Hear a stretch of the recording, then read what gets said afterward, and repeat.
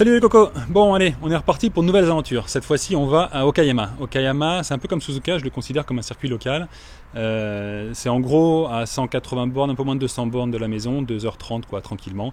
Ce qui fait qu'en général en fait je fais l'aller-retour dans la journée.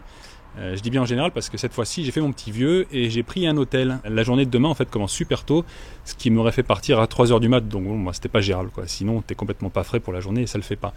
Voilà, donc j'étais pris pour partir et en fait, comme vous pouvez le voir, il se passe rien du tout, il n'y a pas de petit pouit-pouit, la batterie est complètement morte. Donc voilà, je m'y attendais pas du tout. Ça complique un petit peu l'histoire. Ce que je vais faire, je pense que je vais réussir à la démarrer là, et ensuite je vais filer chez TKS, je les ai appelés. Et ils ont une batterie en stock, donc je vais aller la remplacer parce que je me vois pas passer la journée de demain, la course notamment, avec une batterie morte et rentrer comme ça quoi. Donc voilà, petit plan que je m'étais préparé qui était bien là, et il est tout foiré, donc on fait avec et pas perdre de temps, je vais décoller en direction de TKS. C'est parti.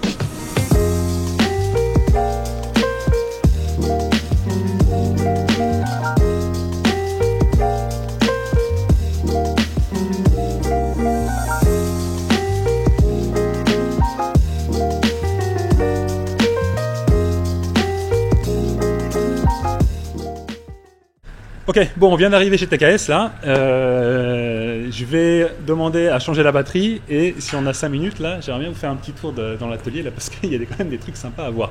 Voilà. Nouvelle batterie. Arigatou gozaimasu.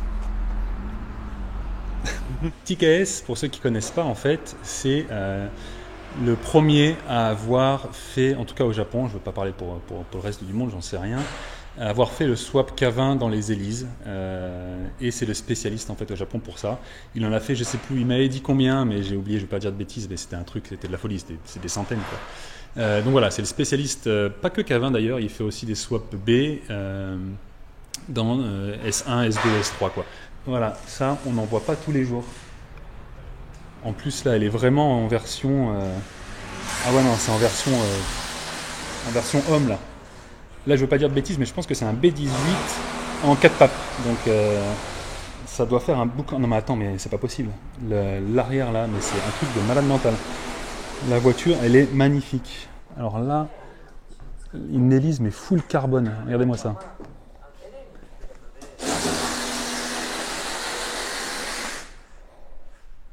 C'est marrant, celle-là, elle a encore moteur toy dedans. C'est une des rares ici à avoir encore un moteur toy dedans. Là, on voit un K20 avec... Attention, c'est une petite surprise, c'est une boîte de GR Yaris. Ça a été les premiers à faire ça. Comme les boîtes de K20, elles sont un petit peu compliquées à trouver maintenant. Ils ont essayé de trouver un système pour remplacer ça et ils ont pris une boîte de GR Yaris. Et du coup, forcément, à chaque fois que je viens, tu transpires, tu dis vas-y, je vais mettre un K20 moi aussi. Et ce qui est cool, c'est qu'ils ont même une petite showroom.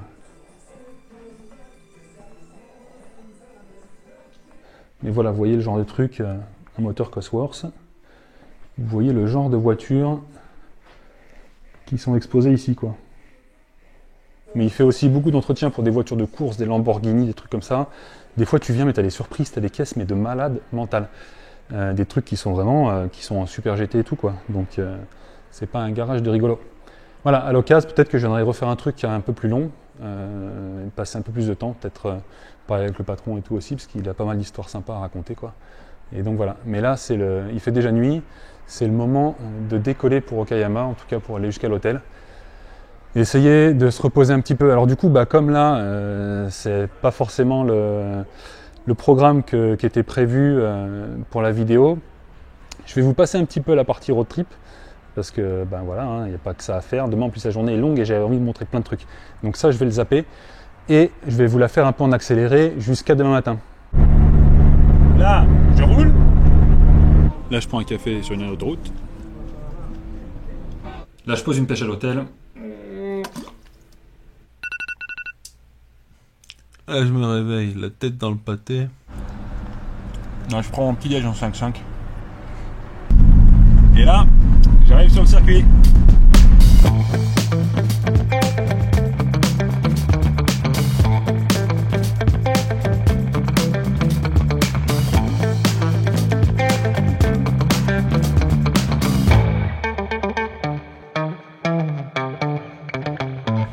Bienvenue au Kayama. Donc aujourd'hui c'est une journée spéciale, je vous l'avais promis, c'est le Tuning Festa. Donc c'est la plus grosse compète pour voitures privées au Kayama de l'année. Et apparemment cette année ça va être la dernière fois qu'ils vont le faire. Donc il y a beaucoup de monde. Il y a beaucoup de très grosses voitures, il y a aussi des historiques dans le fond là-bas. Donc c'est pour ça que je voulais passer un peu plus de temps aujourd'hui sur la partie circuit plutôt que sur la partie road trip. De toute façon il n'y a pas beaucoup de road trip. Il y a plein de trucs à voir, plein de trucs vraiment super sympas. Et je voulais partager ça avec vous. Donc la journée est super speed, on est arrivé très tôt comme vous avez pu le voir. Là j'ai un briefing, après on a session libre, qualif et il y a une mini-course de 7 tours. Donc là c'est un peu le stress, surtout qu'apparemment ils annoncent de la flotte.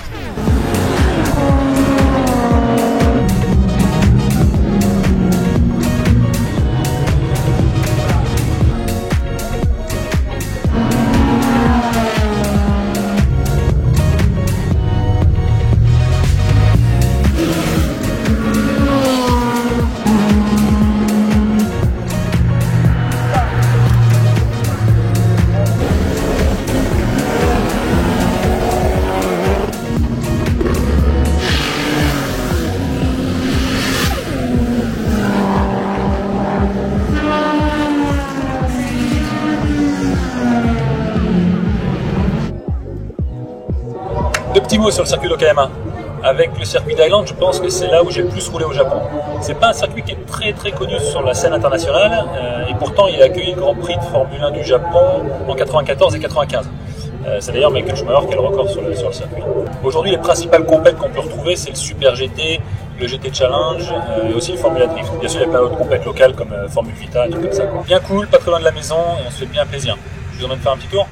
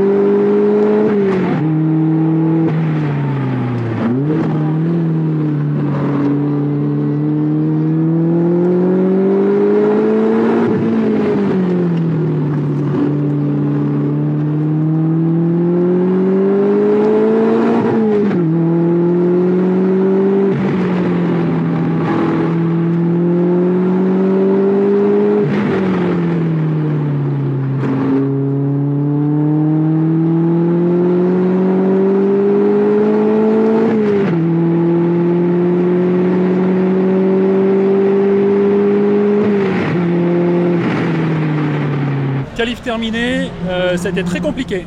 Il y a des espèces de piscines sur la piste. Il faut vraiment faire gaffe parce que c'est super piégeux. C'est la première fois que je roule au Kayama dans des conditions pareilles et c'est vraiment pas facile.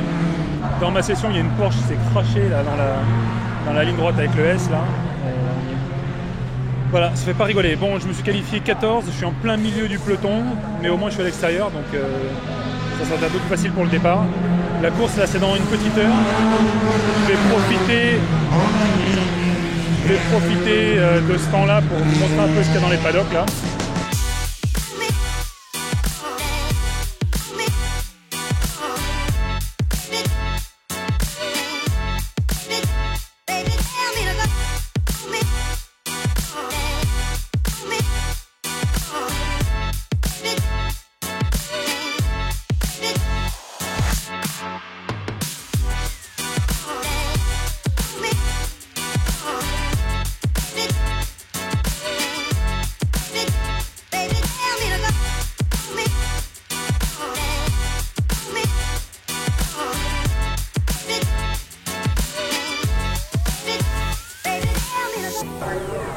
J'aime bien la photo du chat, quoi.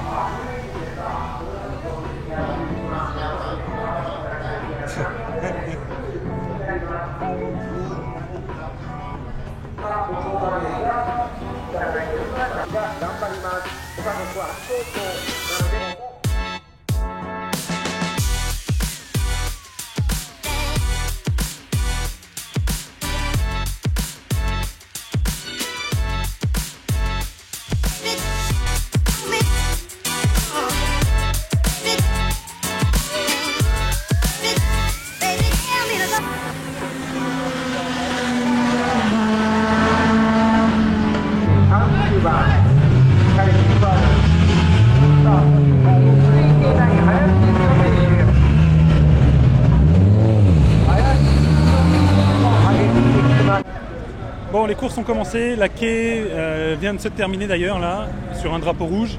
Les prochaines à partir, c'est les Historiques pour 10 tours, et après ça, c'est nous. Donc voilà, ce sera une mini-course de 7 tours. Je vous avouerai que je fais pas le malin. J'adore pourtant les mini-courses comme ça, mais aujourd'hui, avec le revêtement mouillé et le type de clientèle, c'est un peu stressant. En plus, je pars en milieu de peloton, donc bon, c'est pas facile à gérer. Heureusement, je suis à l'extérieur. Donc voilà. Petit clin d'œil que je voulais faire là. Vous vous demandez peut-être des fois où c'est que je trouve les casquettes là que j'ai pour les journées circuit. Hein. C'est mon pote Mike en fait de Ninja Hat là qui me les source à chaque fois. Je vais mettre le lien dans la description et puis je mettrai l'Instagram aussi là. Donc voilà, si vous cherchez des casquettes un peu sympas, des trucs un peu rares qu'on trouve par exemple qu'au Japon, et allez voir Ninja Hat. Mike est super cool et il vous aidera quoi. Merci mon coco. Celle-là c'est une sur-mesure là qu'on a faite pour célébrer les 10 abonnés de la chaîne YouTube.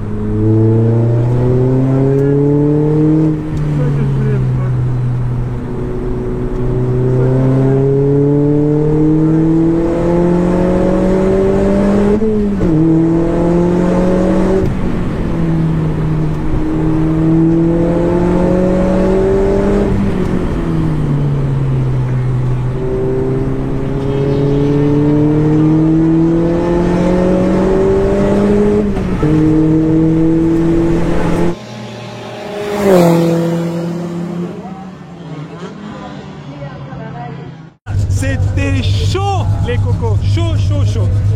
Bon, vous avez vu la vidéo, hein, le départ, ça a été tendu. Heureusement, j'ai réussi à repartir, mais bon, j'étais tout au fond. Et je me suis sorti les doigts du derrière et j'ai réussi à remonter un petit peu. Le but, c'était de passer devant la Cayman, qui était le top de la classe. Ce que j'ai réussi à faire dans le dernier tour. Bon, je l'ai un peu poussé, hein, mais bon, c'est la règle du jeu, hein, si tu fermes pas la porte, moi je passe. Hein. Donc là, lui, il va bientôt partir. Là, il y a une course pour le groupe B. Ishiida-san, il va faire le groupe C. Là, on va aller voir un peu ce que ça donne. Tu me aussi ? Sérieux ?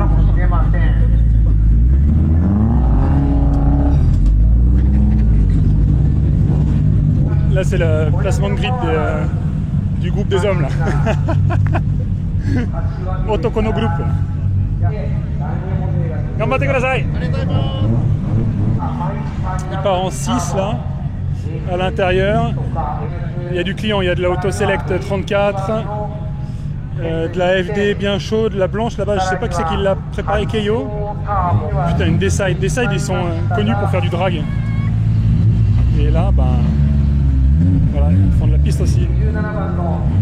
Donc voilà, il y a du beau monde là. Et lui, je sais pas, ça c'est le mystère. Le mec en 86, il s'est retrouvé en position 7 sur la grille. Je sais pas comment il a fait, mais bon, c'est cool. Il est devant des FD, la R34 Select, Evo, R35, 180, R35. Bref, lui, c'est un warrior. En plus, il a rien.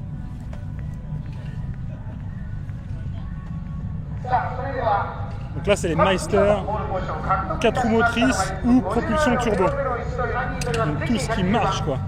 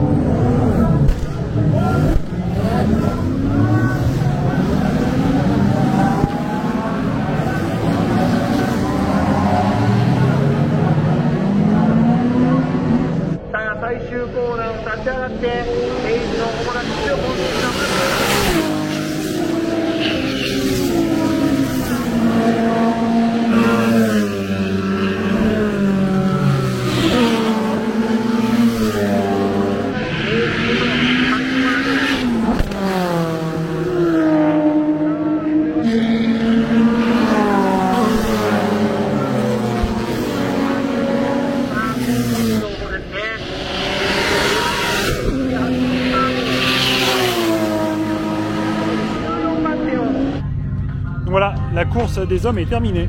Apparemment, il y a 2 FD qui se sont tapés. C'était bien chaud. Ishiida-san, le départ, ça s'est pas bien passé. Il a calé apparemment à cause de l'embrayage. Et là, ils ont drapeau rouge, ils ont arrêté la course. Donc voilà, a priori, il y a eu une 32 qui a eu un problème moteur. Et ça a peut-être engendré de l'huile sur la piste, je sais pas. Et apparemment, il y a 2 FD aussi qui se sont tapés. Donc bon. Voilà, aujourd'hui les courses, c'était pas folichon. Hein. Et quand c'est la flotte, c'est toujours pareil. Hein. Les mecs, on prend des mecs, je dis les mecs, mais c'est moi aussi. Hein. On prend des risques plus que sur le sec. Hein. Et malheureusement, des fois, ça passe pas du tout.